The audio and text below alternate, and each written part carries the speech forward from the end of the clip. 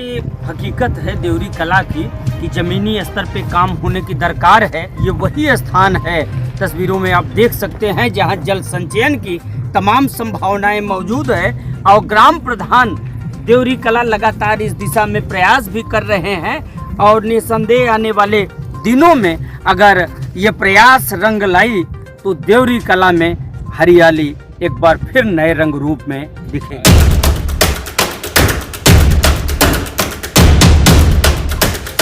यह तस्वीर है विंध्याचल मंडल के मड़िहान तहसील क्षेत्र के ग्राम पंचायत देवरी कला का, जहां के ग्राम प्रधान अखिलेश्वर पांडे यहां के ग्रामीणों की उम्मीद है।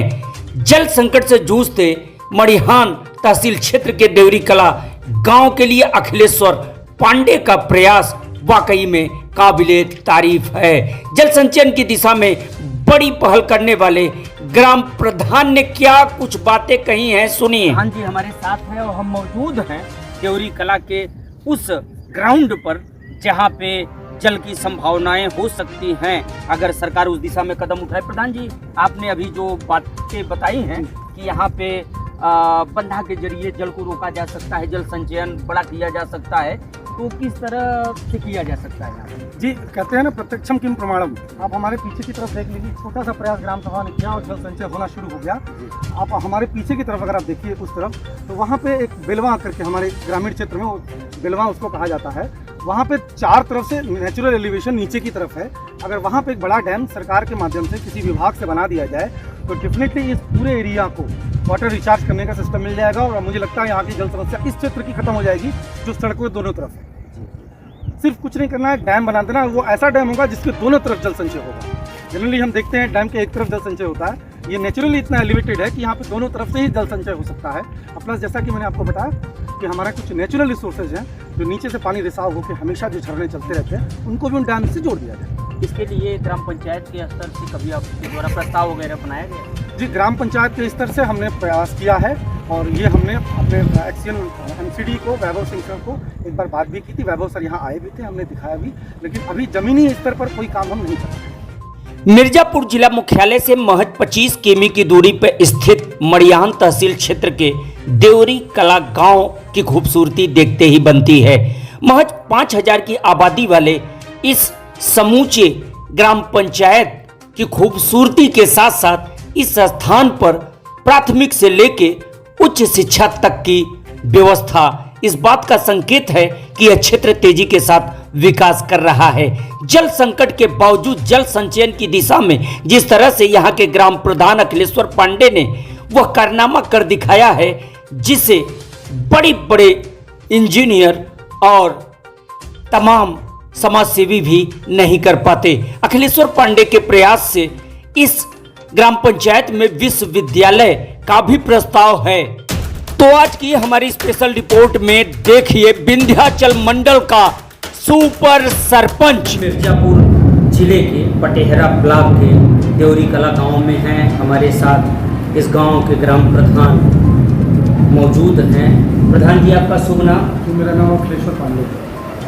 पांडे जी, ये बताइए कि ये पूरा समूचा मड़िहान क्षेत्र, वैसे यहाँ जल का संकट है, गंभीर दिक्कतों का सामना करना पड़ रहा है। आश्रम पद्धति विद्यालय में भी हम लोगों ने देखा कि यहाँ आश्रम पद्धति विद्यालय है, इसके अलावा गांव में भी संकट है पेयजल का। सबसे पहले तो मैं आपको ये बताना चाहूँगा कि आप जिस ग्राम सभा में मैं हूँ, देवरी कला ग्राम सभा, ये ग्राम सभा सरकार की बहुत सारी योजनाओं से पहले से ही अच्छे से जुड़ी। जैसे कि आपके ग्राम सभा में ही आपके विधानसभा की तहसील है, आप ही के विधानसभा में one of the best school आश्रम पद्धति काम कर रहा है, कस्तूरबा विद्यालय है।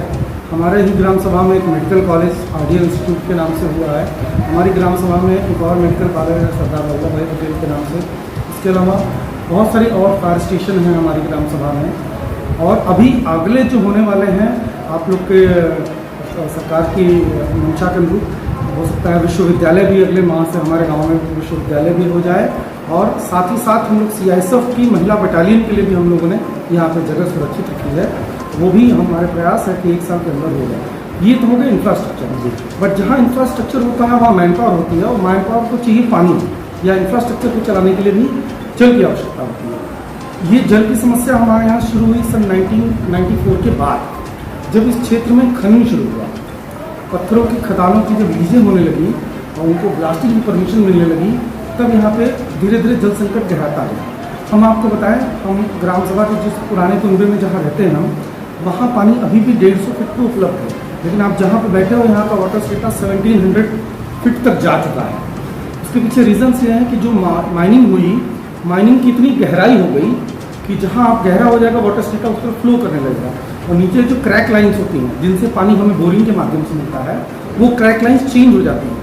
जैसे ही आप कहीं ब्लास्टिंग करते हो तो वहाँ आसपास की जो वाटर स्टेटस जो क्रैक लाइन्स हैं वो अपने आप अपनी जगह से बदल जाती हैं। तो इससे मुख्य समस्या ये होगी कि यहाँ पे जब हम बोरिंग भी कराते हैं तो वो बोरिंग कुछ दिनों बाद या तो भट जाता है, या उसमें मशीनें फंस जाती हैं, या उसमें कोई पत्थर निकल आता है, क्योंकि ब्लास्टिंग होती है, जिसकी वजह से यहाँ पानी की समस्या और गहरी हो गई।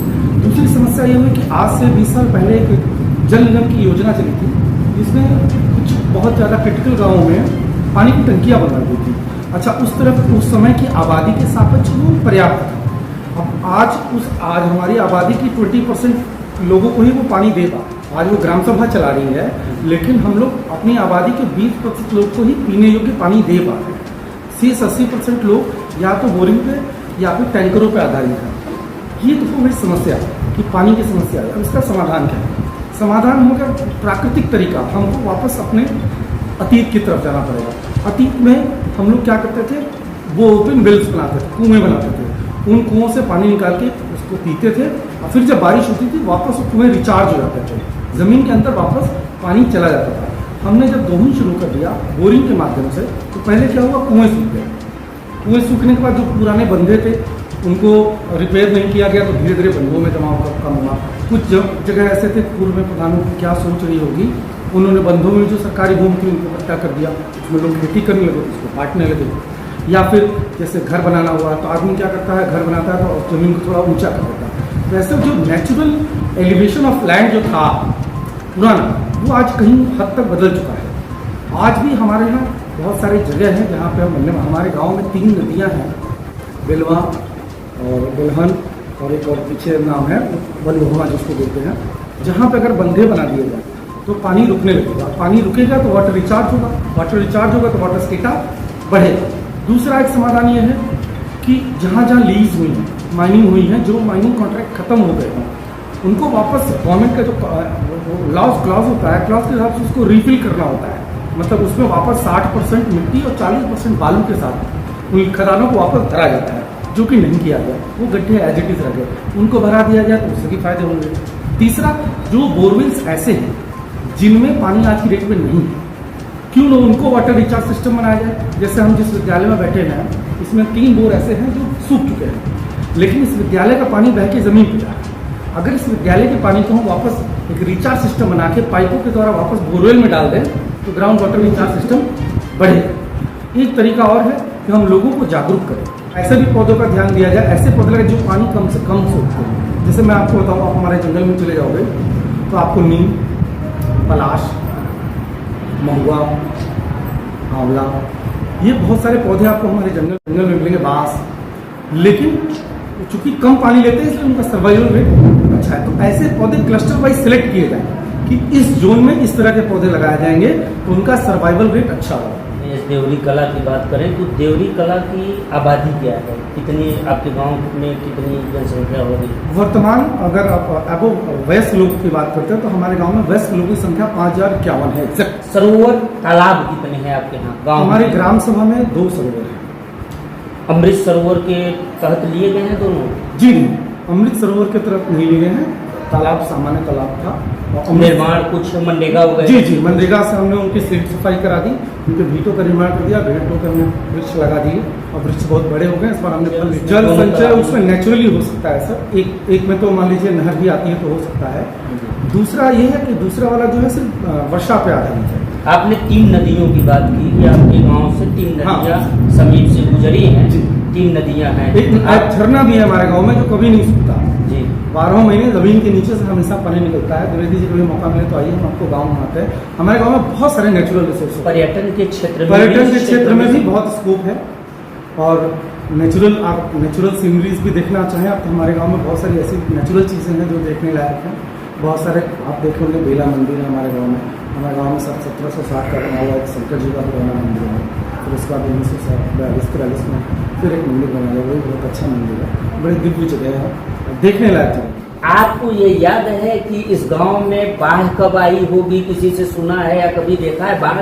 देखिए सर, मैं अब आपको बताऊँ, 1885 से लेकर अब तक इस गांव में कभी बाढ़ नहीं आई। उससे पहले का इतिहास मुझे नहीं पता, उससे पहले का इतिहास लिखा हुआ मैं मिल नहीं पाया, और 1885 से एग्जैक्टली मेरे पास है।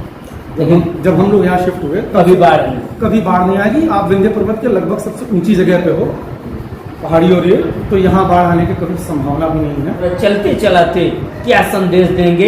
एक आखिरी सवाल आपसे।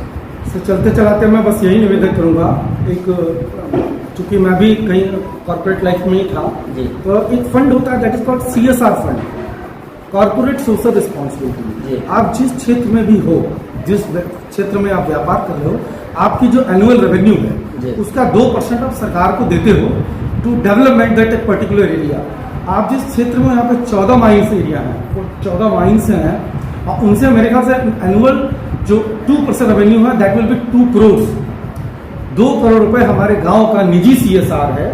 अगर उस पैसे को भी ग्राम सभा में खर्च किया जाए तो आप और हम मिलके इस गांव की सूरत और सीरत दोनों को बदल सकते हैं। मांग क्या करना चाहेंगे उत्तर प्रदेश के मुख्यमंत्री से, जल शक्ति मंत्री से? उससे प्रमुखतः मेरी 2 मांगे हैं। एक तो हर घर जल जो योजना है, इसको हम हमारे गांव को भी कनेक्ट किया जाए, पहली चीज। दूसरा निवेदन ये है कि धनरोल डैम को, सोन लिफ्ट को फुल कैपेसिटी से चलाया जाए, ताकि यहाँ के किसान और यहाँ के मजदूर दोनों सुखी रह सकें। ये थे हमारे साथ देवरी कला के ग्राम प्रधान, जिन्होंने बहुत सारी बातों की जानकारियाँ दी हैं, खासतौर से मड़िहान का ये देवरी कला गांव जहां मौजूद हैं, बातें कर रहे हैं।